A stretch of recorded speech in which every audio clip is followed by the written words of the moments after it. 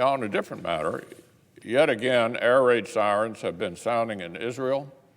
Israeli civilians have been huddling in basements, shelters, and hospital stairwells. Hamas rocket attacks are lighting up the skies, hitting buildings, and terrorizing, injuring, and killing innocent people.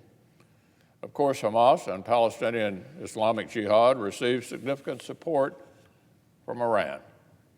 Fortunately, our remarkable percentage of the incoming rockets have been intercepted in midair by Israel's Iron Dome system.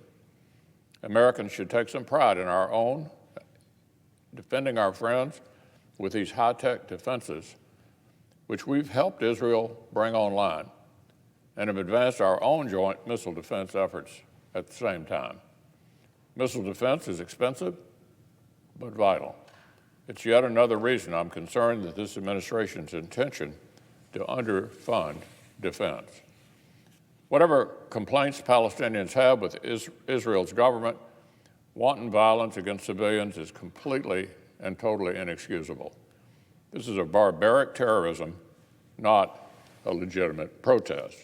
Nor is it legitimate for Israel's obsessive critics to suggest any equivalency whatsoever between these inexcusable attacks and Israel's measured and quite targeted response against terrorists.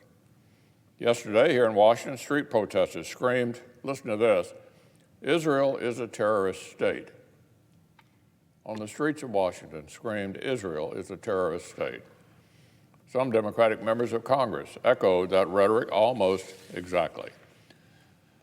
Look, the state of Israel has every right of self-defense. Its national security leaders have continued to display restraint and invest so much in precision and avoiding civilian casualties. That's been the approach of the Israeli government. Israel must know that their friends and allies here in the United States stand with them as they seek to restore deterrence, that we support their right to peace and security, and that we will not relax our efforts to hold terrorists and terrorist supporters to account.